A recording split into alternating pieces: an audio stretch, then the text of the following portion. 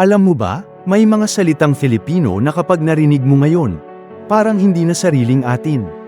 Hindi dahil mali ang mga salita, kung hindi dahil sobrang luma na nito, at halos nakalimutan na. Noong unang panahon, mas malalim, mas makulay, at mas matalinhaga ang maraming salitang ginagamit ng mga Filipino. At kapag narinig mo ang ilan sa mga salitang ito ngayon, mapapaisip ka na, totoo bang ginagamit ito noon? Halimbawa na lamang ng kalumbayan, ibig sabihin, malalim na kalungkutan o lungkot na may bigat sa damdamin. Sinta, isang malalim at romantikong tawag sa minamahal. Gunita, alaala o memorya ng nakaraan. Hiraya, imahinasyon, pangarap, o mga nais ng puso.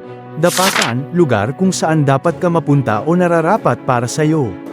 Kaya kapag narinig mo ang mga salitang ito, parang nagbabalik ka sa nakaraan.